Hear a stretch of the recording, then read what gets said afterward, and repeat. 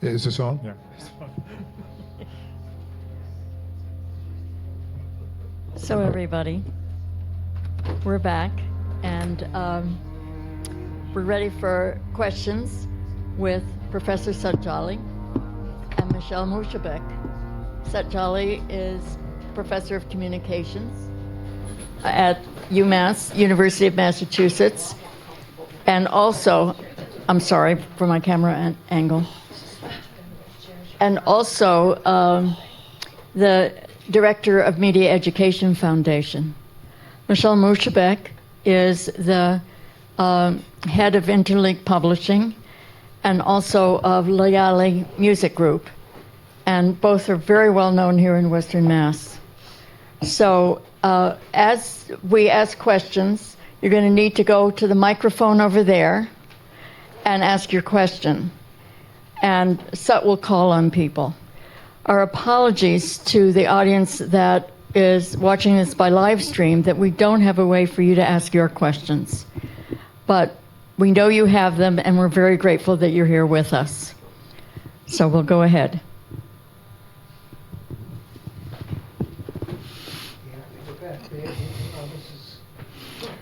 So, I think you have to go to the mic. If you have a seat for a moment, Sut will call on people. Sure. Why don't you start?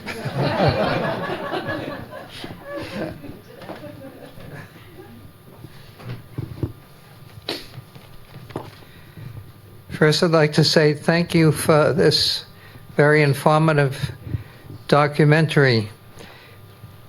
While I was watching it, I was thinking the Israeli lobby is so wealthy and sophisticated. They give free gifts of trips to Israel to listen firsthand to their side of the story. And I thought, wouldn't it be wonderful if every political leader got to see this documentary or ones like it, to see that there's more to the story than they're hearing. My question to you is that next week, I'm going to be in a meeting with Congressman Neal. And what do you think is the most important issue I could raise with him or question?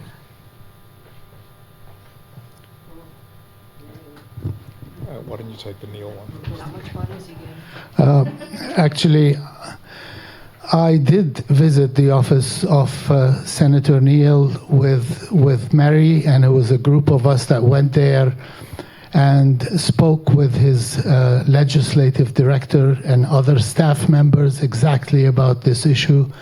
And it was several months ago, and sadly, Senator Neal has not done anything to stop the horror that is taking place in Gaza.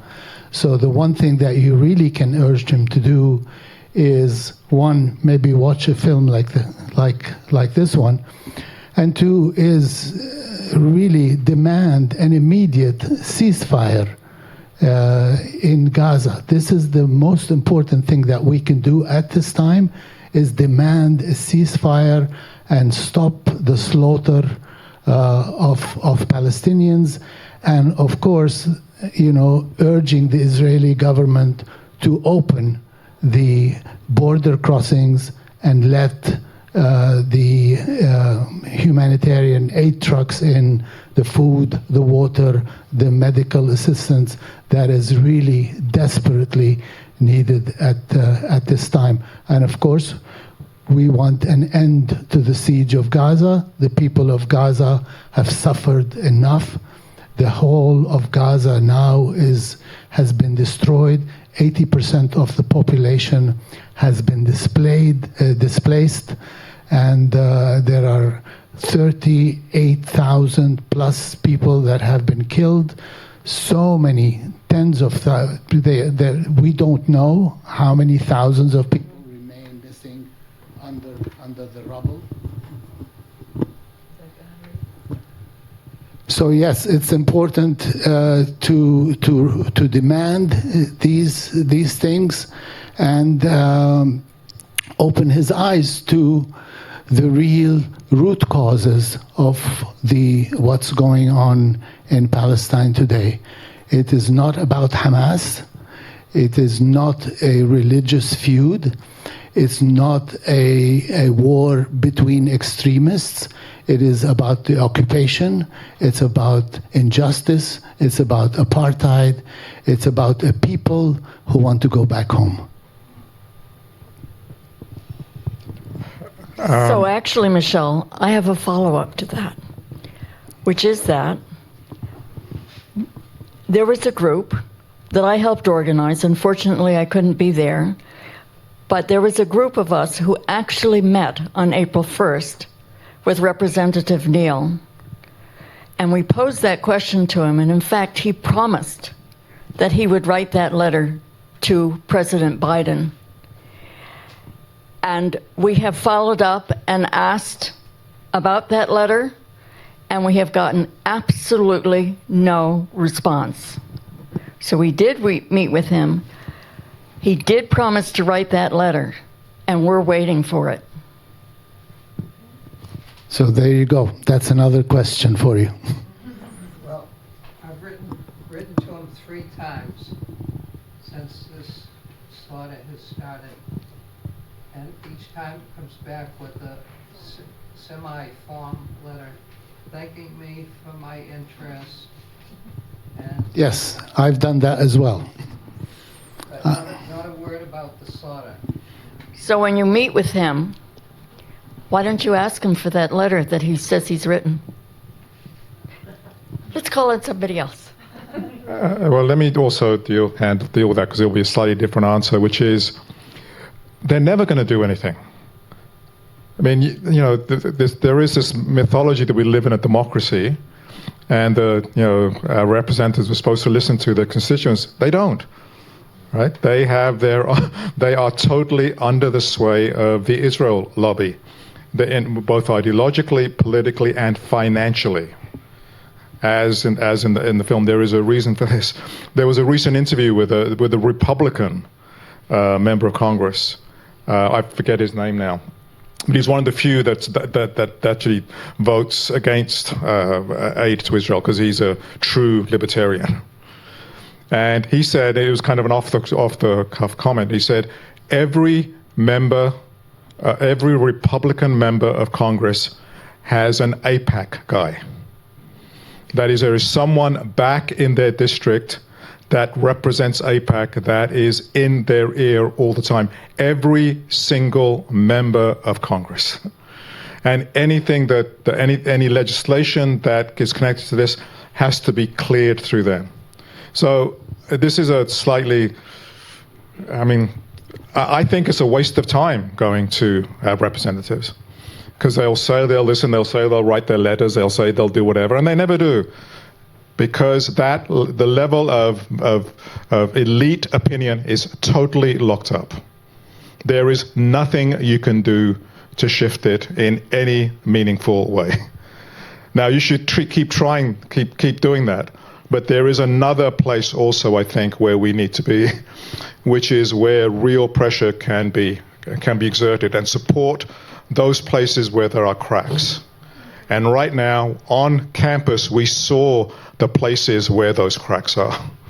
They're with young people. They're with a coalition of both of progressive Americans, progressive Jews, progressive Palestinians, who are coming together around this, and that is terrifying to the establishment, to the elites, which is why you had these incredible responses to these peaceful demonstrations. They had to be stopped because they knew that they are losing the battle of public opinion. They know that. They've lost the battle of public opinion. They will never go back to what it was. They've lost the world opinion, and they're losing it generationally. The younger generation, this is divided generationally, they've lost the younger generation, and so they've got to figure out a way to get it back. whether by silencing, whether by bribing, whether by oppression, whether by denying them jobs, whatever else it is. And so that is, I think, where we need to put our support, where the cracks are, where the contradictions are open. One of the people I work with is, you saw Max Blumenthal here, who's one of the bravest journalists on this issue. And he said, we are in a mask-off moment. The mask is off. That is what October the 7th forced, and it has forced a movement within, globally, but within the United States that is very, very specific. There are millions of people marching, and there are these groups that are fighting, and they're the ones that need the support. They're the ones who need the support. So I would say, talk to the representatives, but they're not going to listen. And support the people that are working where it really matters. And we know it matters because they wouldn't be responding in this incredibly violent way. They wouldn't be responding in this incredibly violent way to symbolic protests. Because that's what the campus protests are. They're symbolic protests. And that has to be stopped. So I would add to talk to representatives, but don't get your hopes up. Sorry, next question. Yeah, go ahead. I wanted to also thank you for the film. It was really amazing, and to see how one of the people that's on MSNBC right now on the weekend show was Ayman Mohyeldin was in your film, and to see Rachel, who has evolved a little bit in her thinking, although at the beginning of, right after the October 7th event, MSNBC was still all about Israel. In the beginning, they've shifted a little bit. I wanted to say a couple things about the student uprisings that you've talked about. At UMass, some of the students have been denied overseas placements because of their participation. The charges at UMass were very harsh on the students, and those, I think they're coming up in August when they have to show up in court. What I wanted to ask is if you, because when I talk to people about that there's a genocide in Gaza, I wonder if you can address this and tell us more about how we can speak to the issue of genocide in Palestine or in Gaza.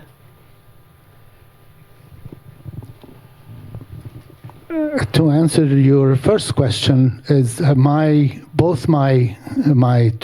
of my daughters were arrested on that day at UMass during the encampment, and they spent one night in jail, and before they were arraigned, and then they have a court date coming up in July. So we don't know yet. Some of the accusations or the where the charges were harsher than others. For my two daughters, they were charged with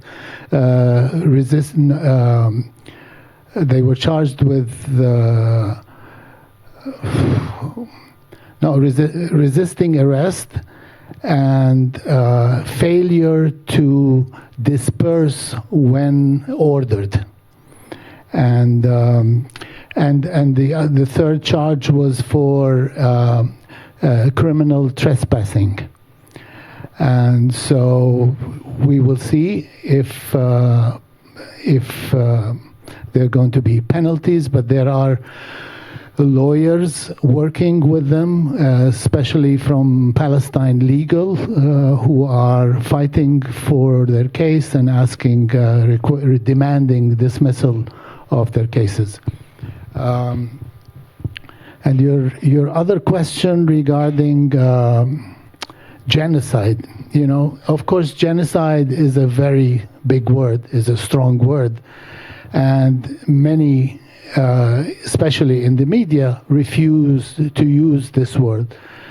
But what is important is to know that there was a ruling in January by the International Court of Justice, the World Court, that ruled that the atrocities in Gaza are plausibly genocidal. There was also another ruling that was followed by the ICJ, also demanding that Israel stop the slaughter, stop the assault on Gaza immediately, and let food aid trucks into Gaza. This has not happened. This has not happened, and even when the Biden administration demanded from Israel to open up the crossings and allow more aid trucks in, Biden had to resort to building a pier, a temporary pier, a disaster of a pier that cost $320 million, that worked for 1 week or 10 days before it was again, it needed repair, and it was a total disaster. So it was clear from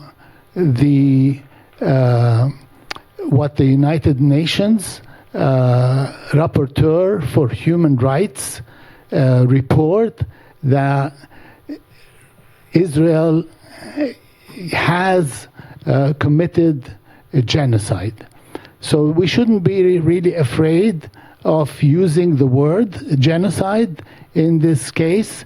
And I've been using it all the time in my articles that I write. I write almost a weekly article for Truth Out. Yeah. Do you have anything to add, Sut, about using the word genocide? Not on that. I mean, I think they're scared of it. So the more you use it, the better. Right. That's the first thing. But on the first question you asked about the students and the charges on campus, again, I think we just have to be very why these charges? Why are these charges so much different than charges, for other groups that did very similar things? Why are they stopping? Why are they taking the most, horrible action, stopping people from going to study abroad? It's because they're trying to intimidate. And this is the question I actually had when the UMass arrest happened, which was, why did the chancellor not just do anything? Because we were 2 days from the end of the semester, right? It was going to disperse. Your students had other things they were going to do in the summer. Why did they not just leave it? Because that would have been the easiest thing to do. Other universities did. I was speaking to a colleague of mine who teaches at the University of Michigan, and he said that's what they did. He said there was an encampment there. It was a peaceful encampment. They left it. They left it there all the way through graduation. And then when the students left, at the end, they dismantled it then. So, but there is something, I think why did the chancellor do this when he didn't have to? Right? That's the question. And the reason, I think, is because they wanted they wanted to show this is what happens when you resist. And they had to do it. They showed that. I mean, in one sense, it made UMass, equal to the Ivies, in how they responded. But that was the word that was coming. I'm sure the chancellor didn't want to do this, by the way. I mean, there's a lot of focus on the chancellor, right? But the chancellor is appointed by the trustees. The trustees are the people who are really in his ear, who are telling him what to do. And I think what the chancellor was faced with was he going to be a chancellor for the campus and for the faculty and the students, or was he going to be a chancellor for the trustees and the donors and the money people? And I think we found out the answer to that fairly quickly. And whenever I'm going to speak about this, and it will carry on, that's the question I'm going to ask.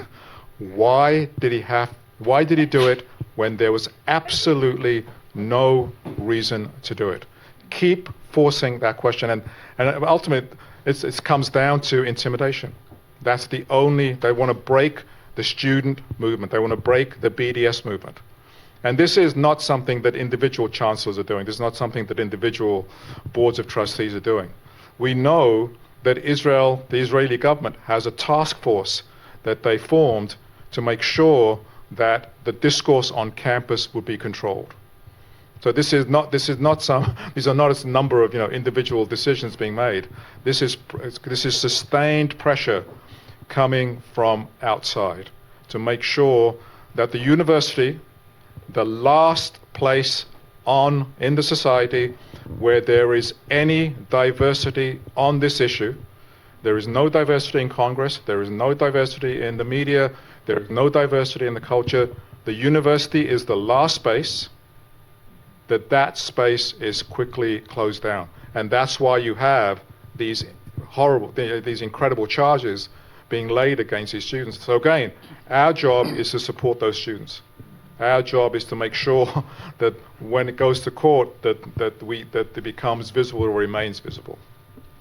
But I think we've gotten beyond that stage where they can really suppress the dissent on university campuses. I think the students have shown us that they are unstoppable, and they are going to continue with their protests until and demanding divestment from war profiteers and military manufacturers and so on. Michelle, when you use the word resistance, just quickly, you reminded me tomorrow there's an action in Northampton. We have a local defense contractor at L3 Harris, and tomorrow between 4 and 6 there'll be an action at L3 Harris that's been having resistance actions since October, 2 that have been had major arrests. And tomorrow, if people it's a public event, it's a non-arrestable event, as they're saying, so to continue to bring attention to the 9th largest defense contractor in the United States. And they make, among other things, surveillance equipment that goes directly to Israel. Give the address, please. Oh, it's on Route 66 at Prince Street. Route 66 at Prince Street.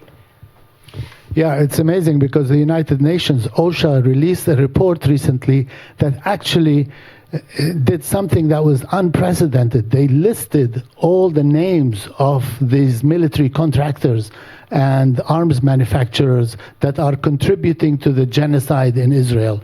They also listed the names of the investment firms who are also profiting from the genocide in Israel, which was, I thought it was a very bold move. Where was that? At OSHA, if you go to ocha.org, this is the United Nations, yeah. Yeah, go ahead. Hi, thanks so much for this film. Just wondering if you've noticed a shift in the media since October 8th, because I have, and I'm just wondering if you can speak to it. I feel like I've noticed the Washington Post posting more about Palestine. I've seen some articles in the New York Times that would never have been there a year ago, so I'm just wondering, if you can speak to the shift and if it's seismic enough to create any difference, or anything on that. I mean, when I've introduced the film, since October the 7th, I've essentially said nothing has changed. I mean, there may be 1 or 2 voices here or there in the op-ed page, but when you look at the overall coverage, the overall voices, nothing has changed. Actually, having said that, I think something very significant has changed. And I think this is Israel responding to the crisis, which is there's this new form of propaganda now. Now, it's no longer just about the stories about Israel being defenseless and the Palestinians being.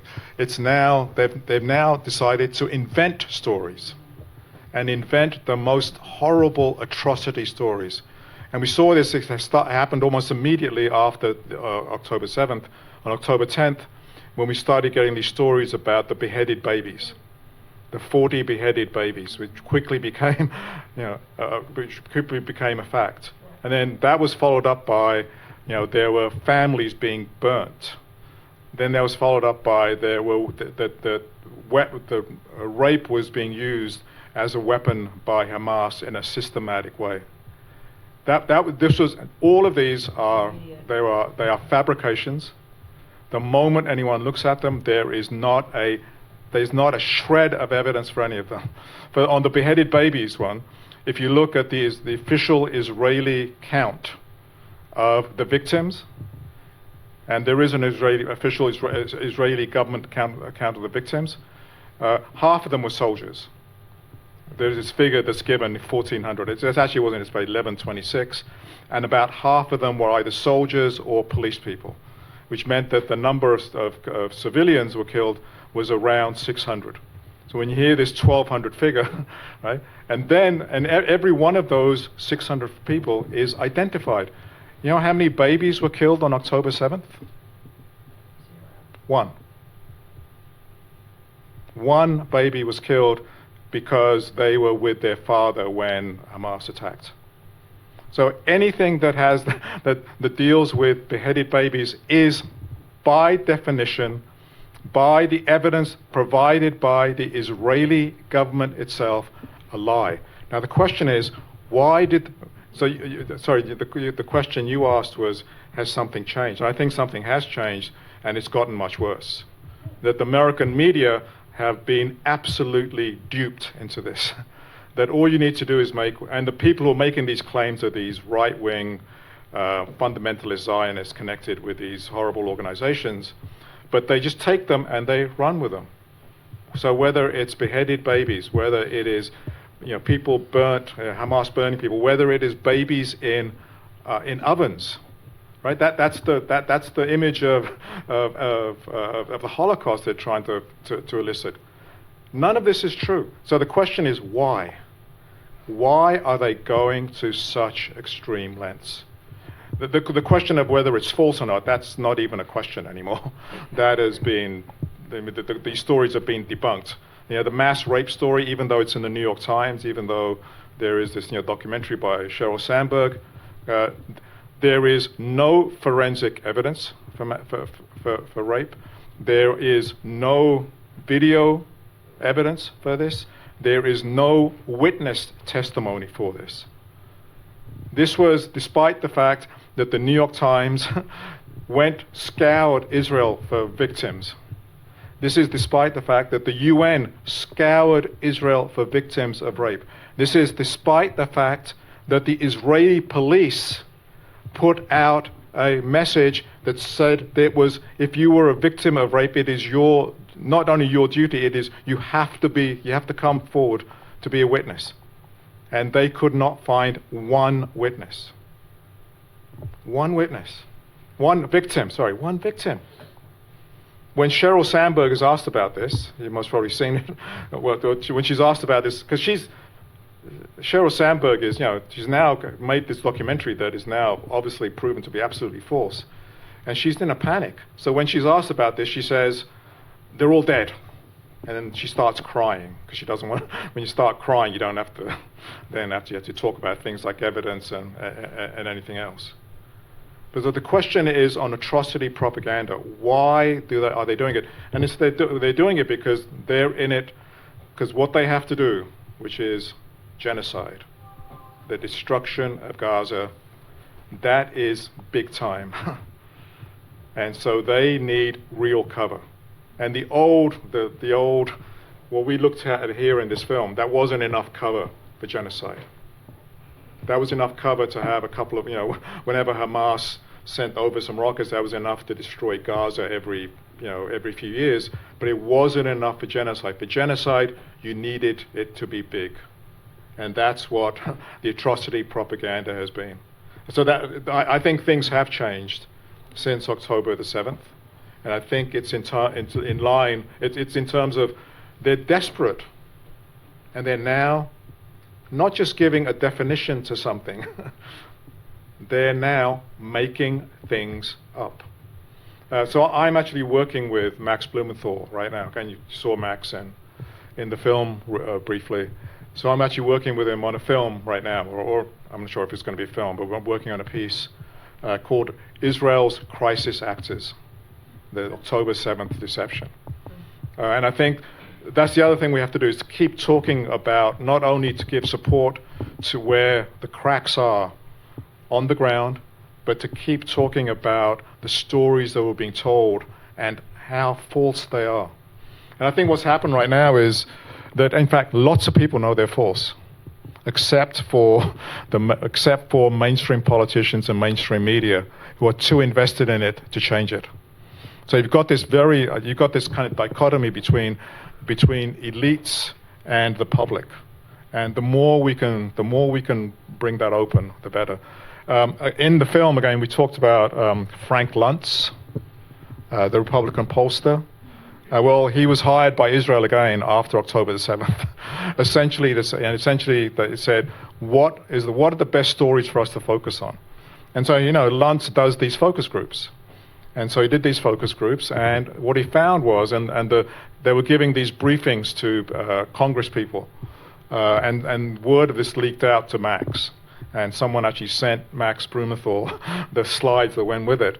And so Luntz asked his focus groups, like, what's the worst crime that Hamas could do? Was it murder? A whole list of things. And the one that came out on top was mass rape. That was the thing that came out of their opinion polling, which is why when the propaganda and when public opinion started to dip. Again, it's very important to look at this in relation to public opinion. When public opinion started to dip near the end of November, especially among liberals, that's when you had the mass rape story. It wasn't an accident. Right? It was, in fact, to counter the dip. How do we get the liberals back on board? How do we get the feminists on board? And the way this was introduced was at the UN. You remember? I don't know if you remember, but it was introduced by Hillary Clinton, Sheryl Sandberg, and the way they said it was, actually, Netanyahu in a press conference. I mean, you could see his frustration. He said, "Where are the feminists? Like, we've gone through all this effort to make these lies up, and the feminists should be they're not. Where are the feminists?" And you could see the frustration. So what happened? There is something new, and there'll be more of it as well. There'll be new atrocities will come out next week. That will essentially see, and as long as they work for a brief moment, that's what they're supposed to do. They work emotionally. Beheaded babies, oh my God. Mass rape, oh my God, right? It doesn't work in the head. It works in the body. And that is the excuse that is then used for genocide. I saw a clip actually on December the 7th, Dana Bash, the CNN anchor, she was talking to a member of Congress, one of the squad, who was talking about Palestinian victims. And what Dana Bash, the journalist, said was, well, at least Israel isn't raping people. That was her response to genocide. And that was the function of this atrocity propaganda, is to deflect attention away from what is happening, because what is happening is so extreme, even compared to what was going on before. Because they have to really dehumanize Palestinians in order to be able to kill them. So when the stories, of course, the generals in the Israeli army, they called Palestinians human animals, and they have to show why these people need to be slaughtered. When the Israeli occupation forces invaded Rafah and released 4 hostages, those hostages, when they went back home, they showed them as smiling. When they interviewed them, they said that they were treated well. They were able to have showers. One of them said that on his birthday, he was made a birthday cake at a time when Palestinians who did not have anything to eat. Now, that story got suppressed, and the Israelis stopped these hostages from speaking to the media, period. They did not want the story to come out. On the other hand, it happened at the same time when the New York Times published an article about the prison that the Israelis have created in Gaza, and all the detainees and the torture that they have been and the sexual torture that they have been subjected to in those camps. So these stories came out at the same time, and the Israeli government went berserk about it. So I want to say that I really look forward to the piece you're working on with Blumenthal, but I also want to recommend to people, and I think we're going to try to show it here, is October 7th, Al Jazeera report investigates, which was made by Richard Henderson, speaks just to your points. That it is a dispassionate, moment by moment chronicle of what happened on October 7th. And you can see exactly who did what when. And there's also an interview with, I can't remember the name of the group.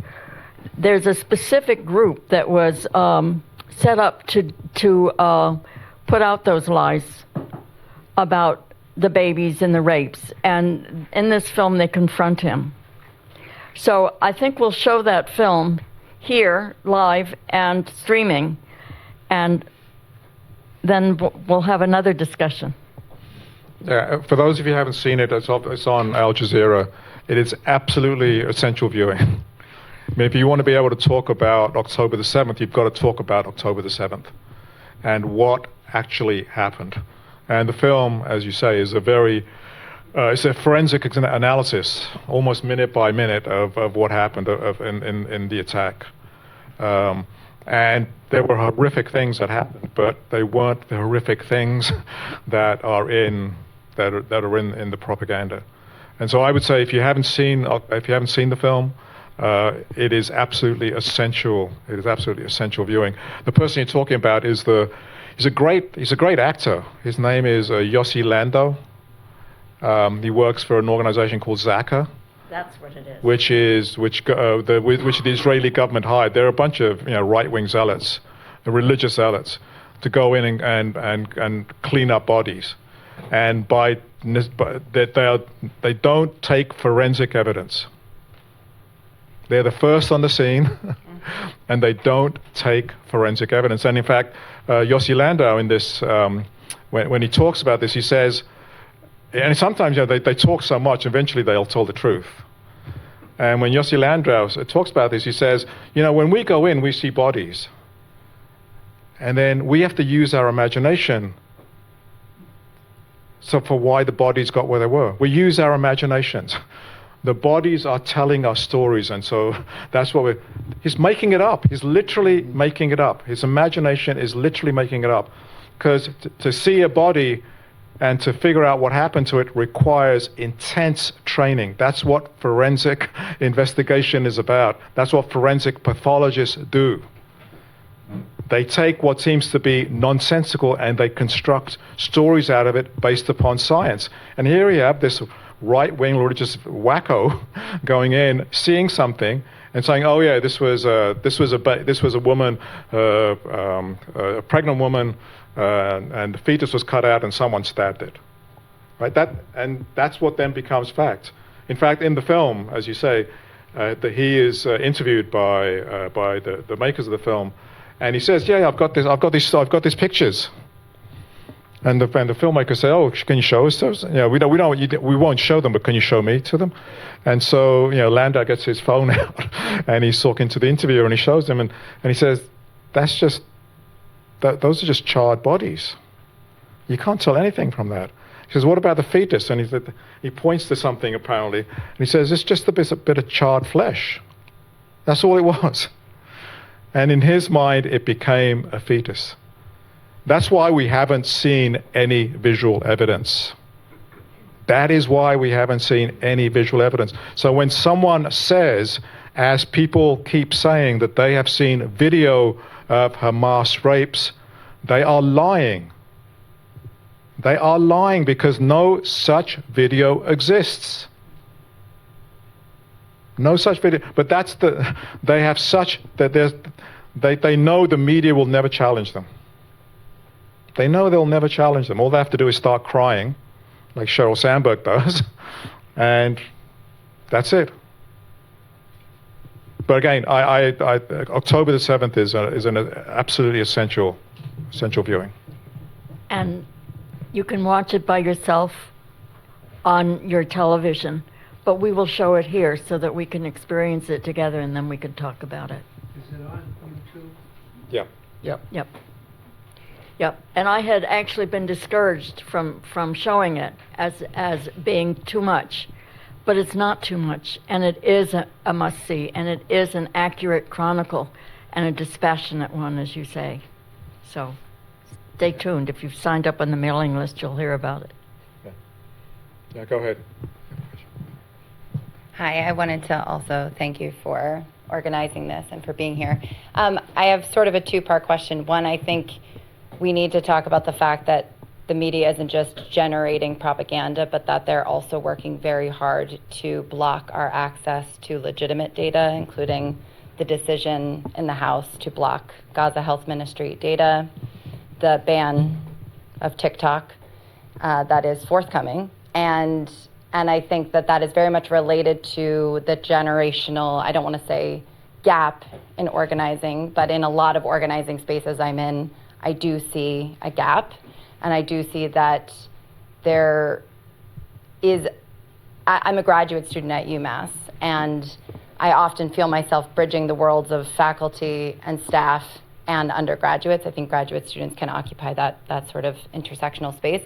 And I also see undergraduate students and faculty and staff doing incredible organizing together. But when undergraduates have felt the support of community members who are not necessarily at UMass or at colleges, they are incredibly touched. And I want to think about collectively how we can really, what are the concrete ways that people in this room and people that they know can connect and support that work that you're talking about on the campus movement, because it was not suppressed in May. It will be back much stronger in September. I am wildly impressed by 18 to 25-year-olds and their organizing capacities, and I think we'll continue to be impressed. But I'm just curious how the people in this room and the people who are not maybe directly related to college campuses can have meaningful relationships and conversations with young people. And before you answer, I'll say we have 4 minutes until we must end. So that was a wonderful last question. I'll take just a very quick reply. I am really in awe of all the students at UMass and at other campuses for what they have done over the past several months, and I totally agree with you that this is not the end of it. It's going to be much more intense when the students come back. I know all too well about what was going on because I was very much involved on a daily basis with the encampments at UMass. My children were involved there, and we have seen a tremendous change in the discourse over the last 10 or 15 years, and especially on the part of the younger generation. This discourse on the public level has not been matched on the political level, and that's where I feel we need to keep putting our pressure to make our politicians aware of the fact that there's a huge gap, and that they are going to be losing voters, and I think we're going to be seeing that in this coming election. Do you want to say anything about that? I mean, I agree with the stuff on campus. I went to, near the end of the semester, I was organizing the Max Blumenthal talk on campus, and I went to an SJP event, like a SJP organizing meeting. And I've been to one in the past, like a couple of years ago. You know, there's like 7 or 8 people there. And so I was looking around for the room, and there was this room, and it had like 150 people in it. Right? And so it must be wrong. No, that's the room. And that's how many there were. There were 150, young kids in there who are organizing. This was before the encampment. Who are organizing encampment. So you're absolutely right. This is not going to go away. It has been a long time building. The BDS movement has been building this for a long time. And so it's not going to go away. It's going to be there. And it's going to require the work. It's going to require all of our support. Whether you're faculty members, whether you're students, whether you're community members. And I think that was one of the things about the breakup of the encampment was how many community members were arrested during that time, which it showed how broad that coalition is. Well, this has been quite an evening. And I want to thank you, Sut Jhally and Michelle Mushabek. And I also want to thank everybody who came this evening. We've got a lot of work to do. We have the young people to support. We have divestment. And we have to talk to our neighbors and our friends and our coworkers. So stay tuned. The next movie may be right here, October 7th, Al Jazeera Investigates. And then on July 29th, please join us for Israelism. Thank you. And thank you so much, Mary, for all the work that you do. Thank you. And you can still buy books.